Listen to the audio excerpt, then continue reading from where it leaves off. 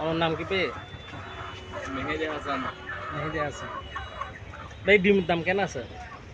ডিমের দাম ডজন 135, শত 1100, 1100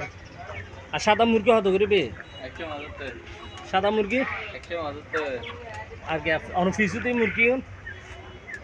340, সোনালি না হ্যাঁ লেয়ার লেয়ার